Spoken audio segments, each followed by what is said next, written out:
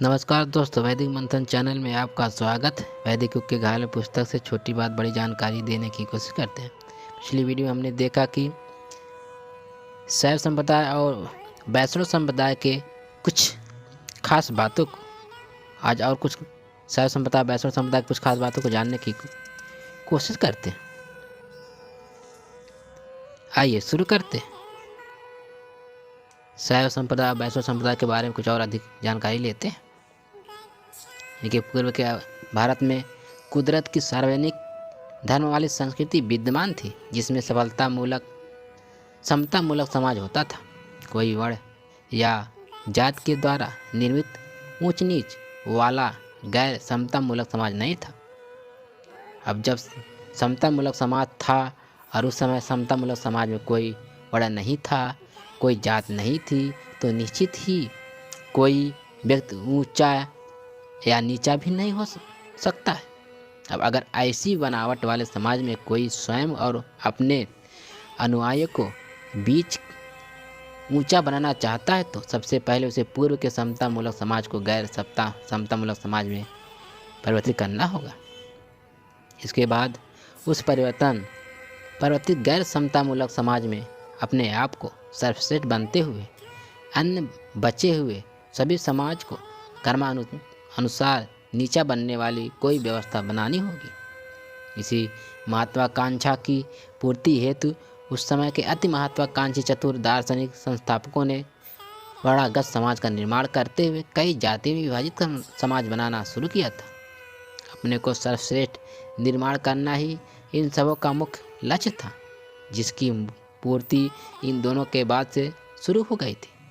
अब बात आती है इनके अनुयायियों की। किसी भी दर्शन मान्यता से किसी व्यक्ति या जात समूह को अपने समाज सम्मान, आर्थिक सम्मान और राजनीतिक सम्मान जैसे लाभ की पूर्ति होने लगती है, तो वह वैसे मान्यता दर्शन को अपने लिए खेत समझता है और उस खेत में से लाभ देने वाले अनुयायी को उस खेत की फसल, अब भला कोई अपने खेत और उस खेत की फसल को क्यों नष्ट होने देगा। इसके बाद से वह अपनी स्वार्था लोलुपता में पड़कर उस मान्यता और दर्शन की चिंता करने लगते हैं कि यह दर्शन लोगों के बीच में ज़्यादा से ज़्यादा कैसे प्रचारित हो। फिर क्या वह लोगों को भावनात्मक रूप से समझते हुए उनके दिलो दिमाग में धीरे धीरे बैठाता चला जाता और उनके अंदर बैठाकर अपने शैव दर्शन या वैष्णव दर्शन से उन्हें भाग्य और ईश्वर की लाभ हानि दिखाता है। उस लाभ हानि को प्राप्त करने हेतु अन्य सभी लोग उसके द्वारा बनाए हुए कर्म कांडों को करते हैं। इन सभी बातों में आमजन पढ़कर धीरे धीरे अपने मानस पटल पर इस मान्यता को मनाने का लेप लगाना शुरू कर देते हैं और आगे वह इस दर्शन के कर्म कांड से ही अपनी अच्छाइयाँ या बुराइयाँ को तय करते हुए इसमें अंतर ध्यान हो जाते हैं। आगे इस दार्शनिक कर्मकांडी प्रक्रिया को पीढ़ी दर पीढ़ी दोहराते उनके वंशजों की नसों में इसका जहर इतना फैल जाता है कि अब वह अपने जन्म से मृत्यु के बीच में घटने वाली सभी घटनाओं की समीक्षा इसी दर्शन से जोड़ते हुए कर्मकांड करके संतुष्ट रहने लगते हैं। अंत में वह अपने दर्शन मान्यता को ही सर्वोच्च मानने लगते हैं।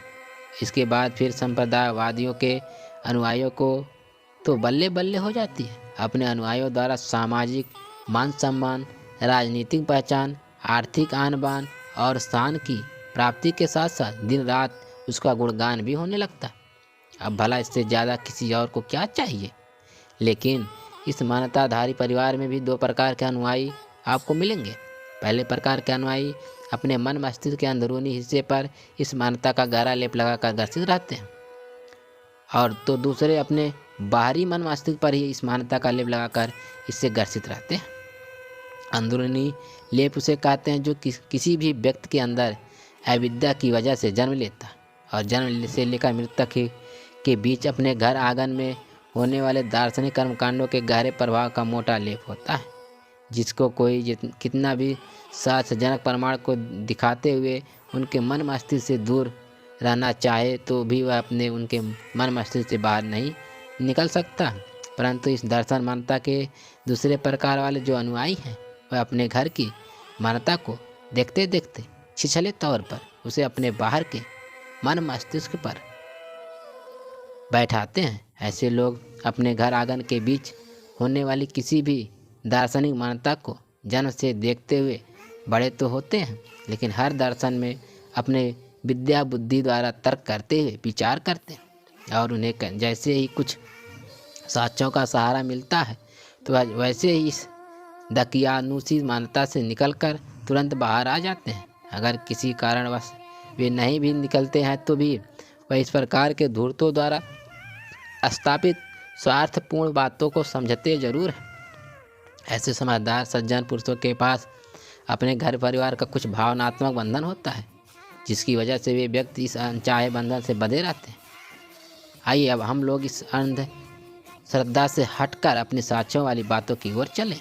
हाँ, वेद और वैदिक काल की सभ्यता का उद्गम अब बौद्ध सभ्यता से हुबली और पद्मा नदी के जैसे उदय हो रहा है, जिसको बनने से लेकर आज तक पोषित होने का साक्ष्य अब लोग अब देख सकते हैं।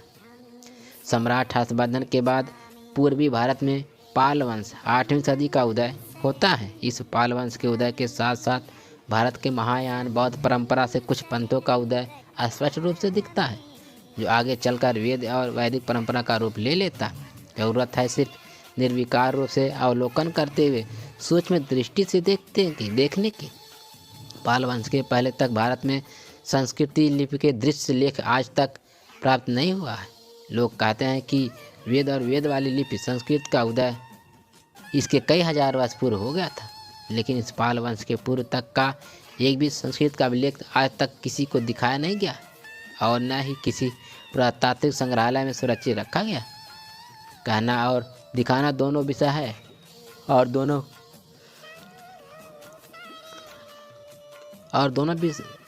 कितने महत्वपूर्ण हैं यह आप भी जानते हैं। दूसरा, इस काल तक किसी भी वैदिक परंपरा से जुड़े हुए शैव पंथ, वैष्णव पंथ, शाक्त पंथ के मंदिर का कोई साक्ष्य नहीं मिलता। आज जो भी मंदिर दिखते हैं उन सभी का निर्माण पाल वंश के बाद का है।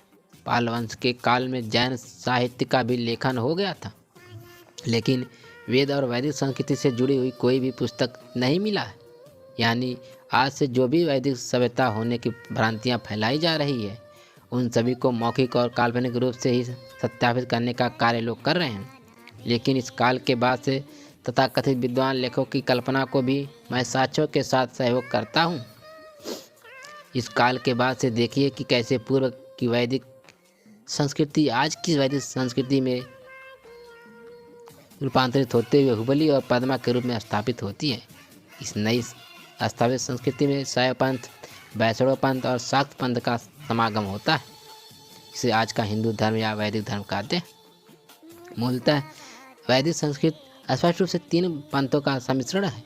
कोई भी जानकर व्यक्ति इसे स्पष्ट रूप से जानता है, लेकिन आज के बाद आप भी जान जाएं कि वो 3 कौन से पंथ हैं। पहला पंथ है शैव पंथ, जिसके संस्थापक और शंकराचार्य अन्य दोनों से अलग होते हैं और उनका मंदिर भी अलग होता है। उस मंदिर में सिर्फ लिंग की प्रधानता है जो सभी से अलग होती है। आज का आप पूर्व काल यानी मध्य काल के जितने भी बने मंदिरों को देखेंगे, उनमें हर मंदिर के घर में सिर्फ लिंग स्थापित दिखेगा। और दूसरा है वैष्णव पंथ, इसके भी संस्थापक और शंकराचार्य अन्य दोनों से अलग होते हैं। मध्यकाल मुगल काल में बने सभी मंदिरों को देखेंगे तो उनमें मंदिर के घर में अवतारवाद के रूप में जितने भी देवी देवता का प्रारूप है, वो हर मंदिर में बारी बारी से स्थापित दिखेंगे। तीसरा है शाक्त पंथ है।